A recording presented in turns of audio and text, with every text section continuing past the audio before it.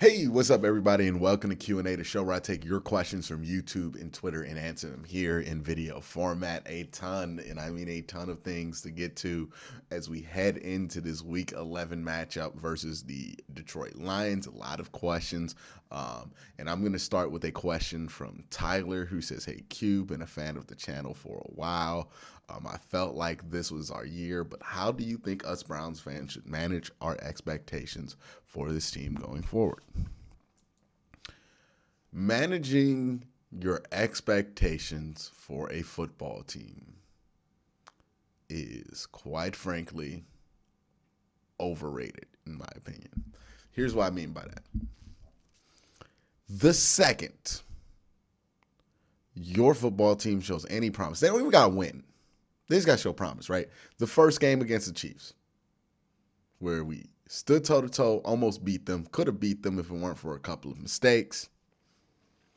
Your expectations, no matter what you set, are going to change, right? This is why I try to tell people, don't get so focused into playing this expectation game, right? Where you're like, oh, I don't want my expectations to be too high. I don't want them to be too low. At the end of the day, whatever you expect at the beginning of the year will not matter at the end of the year. 100% will not matter, right? Your expectations are going to change and shift as the season goes. So as far as managing those expectations, all you're doing is limiting the amount of fun that you can have with the team, right? If the team wins and you're like one of those dudes trying to like lower your expectations on purpose, you're just robbing yourself of joy that you're supposed to be getting from a team that's supposed to give you joy. So honestly, in my opinion, don't manage your expectations. Like, your expectations are your expectations. If you feel like the team should win a Super Bowl, feel like the team should win a Super Bowl. If they aren't a team that's going to win a Super Bowl, your expectations are going to adjust during the year. I mean, that's just how expectations work. They aren't a thing you set 3 months ago that if you hit that 3 month ago goal, you're going to be happy with, right? You know, if you set out for a goal, let's say, you know, a lot of people, New Year's, I'm thinking like weight loss, right? Let's say in 3 months, you want to get to 190 and you're 200 pounds, right? And let's say within that first month, you get to 190. But then by the end of 3 months, you're still at 190. Yeah, you hit your goal, you met your expectations, but you're probably going to be disappointed that you didn't lose any more weight with the extra 2 months that you had, right? That's how expectations work. Expectations are not to be dictated before the action starts. Expectations are always to be changed, to be shifted, to be moved around based on the context of what's going on. So my biggest advice to Browns fans struggling to manage your expectations, don't think that your expectations are this static thing. They're going to change. So whatever you expect at the beginning of the year, it's going to change one way or the other. It's going to change. So don't get so married to your expectations and just allow yourself to go with the flow of the season, whether it's up and down, because that is how you're supposed to kind of consume this. If you go through this with just one expectation for the whole year, you're going to go crazy. So that's how I would prefer. Well, not prefer, but that's how I do it. But that's how I would suggest other people go about it too, because I see a lot of people freaking out. And it's like, man, this is just how football works. It's how sports work. Your expectations are going to adjust throughout the year. You know, things can happen to make you happy with 9-7 when you wouldn't have been happy with 9-7 to start the year. Things could be happy where you would be upset with 11-5 when you would have been ecstatic for 11-5 at the beginning of the year. That's just how expectations work. Expectations, massively overrated thing. When we focus on expectations so much, it doesn't matter.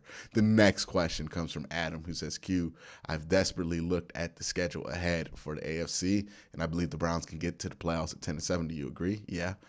Can you make a video updating the current situation? Not yet. I don't think it's time for playoff scenarios yet. You know, Browns got a lot of business to handle in front of them before we could really talk about playoff scenarios. But yeah, 10-7. With how the AFC is going this year, gives you a realistic shot. I don't think you're going to need 11 wins. This AFC does not look like it is on the same level of excellence that it was last year that demanded 11 wins to get in. Nah, it's a lot more Fugazi than last year. So, nah, you don't need 11 wins, I don't think, this year. Next question comes from Brandon, who says, hey, Q, now that we're a little over halfway through the season, have your thoughts on our coaching staff change? I think they're getting tested, and I think we're learning a lot. But I also think it's important to keep in mind that it's just year 2 of this coaching staff's existence, right? We allow sophomore slumps for players. Maybe this is a sophomore slump for the coaching staff. I in no way am advocating for firing Kevin Stefanski. I've seen some people out there say that already. That's ridiculous. This team even now is better than it's ever been with anybody else than with Kevin, right? It's been better with Kevin. So to suggest that would be insane. But they have a lot to learn, right? The polish is off. The new shine, the honeymoon period is over with this coaching staff. So we're learning a lot more about them, some of their flaws, some of their weaknesses. And hopefully over the next few years, we see them adjust and make some of these weaknesses their strengths, because coaches can grow just like players, right? The next question comes from Matt, who says, hey, Q, I know it seems like a long shot to some people. I can understand why, but they still have a shot of making the playoffs through a division title, and with how inconsistent the division is right now, do you think it's possible? They have a shot at the playoffs through every route possible. It's not a long shot. The Browns can make the playoffs. They can win the division, get a home game. They can make the playoffs in the wild card. It's not a long shot at all. The Browns are not a long shot from the playoffs. They're in the hunt comfortably. The next question comes from Given Guitars, who says, when you watch the All-22, how often do you see our receivers and tight ends truly open without defenders within 5 to 10 yard radius? That's not open in NFL. It's wide open in NFL. You know what I mean? Like, open in NFL is like a 2-yard window. But watching the Pats the last 2 weeks, receivers are running free every play. I don't see this on the Browns. That's not true. They're not running free every play. It's just, they're able to make the right reads, get into the right situations, and make the right play calls, and they're executing well. If the Browns execute well, they'll be able to do the same stuff that you see the Patriots do. But the fact of the matter is that since the start of the season, this team has not executed well. Whatever the game plan is, they have not executed it well. And that's why it's hard to get a read on what the problem is with the coaching staff and what the problems aren't with the coaching staff, because the team, the players on the field have not executed well or to expectation at all, which leaves us in this weird situation that we're in. I don't think the Patriots wide receivers are running open as much as you think. I've just watched a ton of Patriots tape. I don't think that's the case. But I will say the difference between this year and last year, where we did have a lot of open guys, is execution, timing, people being on the same page. Patriots got it right now. They're playing at a high level. Browns aren't. That's a big difference. The next question comes from C. Zachary Chad, who says, do Jarvis's comments about not getting the ball concern you? Absolutely, 100% no. No, I've seen there be like a turn against Jarvis Landry ever since Odell's out. It's like since they got Odell out, now people are turning on Jarvis Landry. But no, it doesn't, because he should want the ball, because he should believe that if he gets the ball in his hands, he can make a difference, right? Like, that's what we want out of our players, right? We want our quarterbacks to be selfish. We want our quarterbacks to be able to get the ball and think that they can change the game. We want our running backs to get the ball and feel like they can change the game. Wide receivers should too, because they're paid and they are game changers too. So yeah, Jarvis Landry is a playmaker, and he's not getting the ball. He's not getting the same amount of touches that he should, and he should be vocal about that, because, it's ridiculous that he's not, and it's not helping the offense that he's not. This offense ain't going well enough to say anything's hurting it. What's hurting the offense is that you're not getting your playmakers involved. And Jarvis is a playmaker that they haven't gotten involved. So yes, he wants more touches, and that's all he said, is he would like more touches. He didn't say, I need the ball, demand it, like that. No, that's not what he said. He said he wants more touches, and he should get more touches. And they should know that in the coaching staff. So no, Jarvis's comments about not getting the ball don't concern me. What should concern you is that it's gotten to this point with all the wide receivers to where they're not even getting snaps, right? Like, we have not managed this situation. And that's the thing I worry about with Kevin Stefanski. I think he's a good X's and O guy. I think he's going to bounce back from that.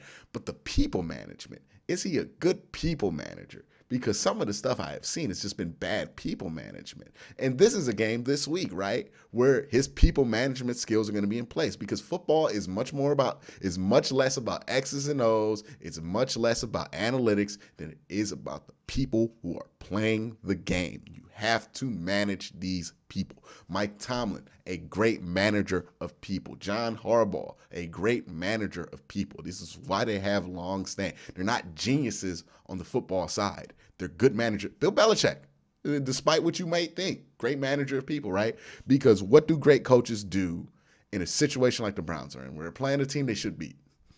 Okay, we have had some wide receiver issues. You know what? This is the week that we're going to focus on these wide receivers and make these wide receivers happy. We're going to get a wide receiver over 100 yards. That's what Andy Reid would do. That's what a great coach would do. That's what a coach who is in tune with his locker room would do, is find a way to make people happy. This is an opportunity to make people happy, so do it, right?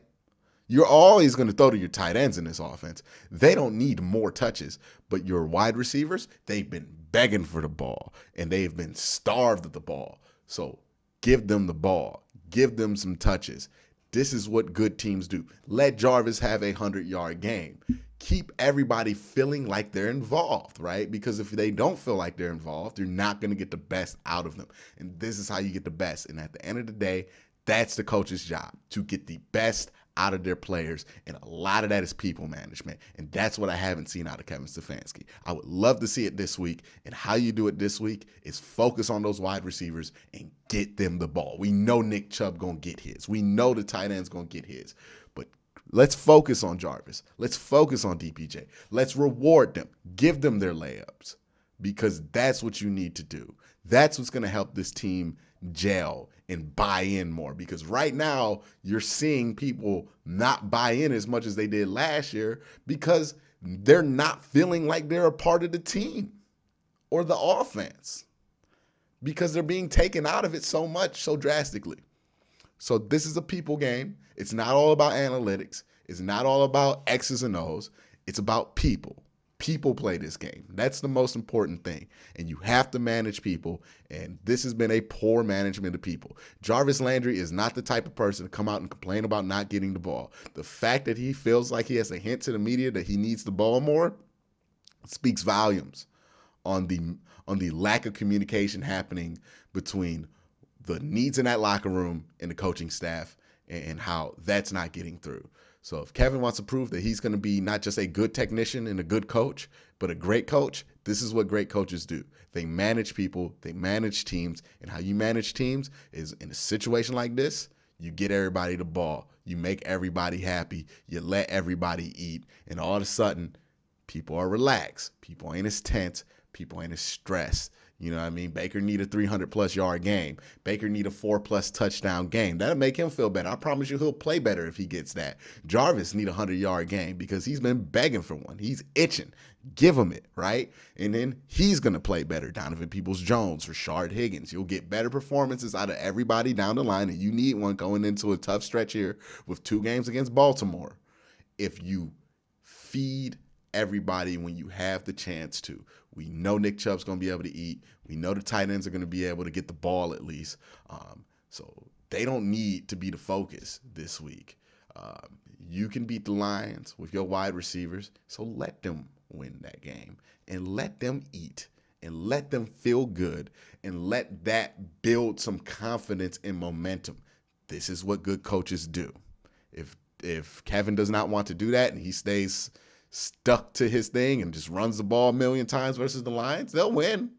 But, you know, it ain't going to solve any of the larger looming issues that this team has when it comes to some of the things that are just going wrong with it from a locker room standpoint. And it ain't because the players are brats. It's because the coaching staff and how they run this game is just kind of ignoring the needs of the people that are playing the game. And that's what makes this difficult. This next question comes from SD, who says, do you think Baker is playing bad because of his injuries, or because his reads are bad, or the offensive line isn't great? It's a combination of all three. Baker isn't playing well because of all three.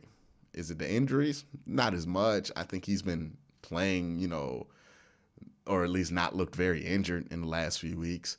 His reads have been bad at times. The offensive line has been bad at times. But it's all three of those things that are combining to give what we're getting out of Baker Mayfield, and we need him to step up and be better than what his circumstances are. But thank you guys for asking these questions this week. I want everybody to have a great day. Have a good night.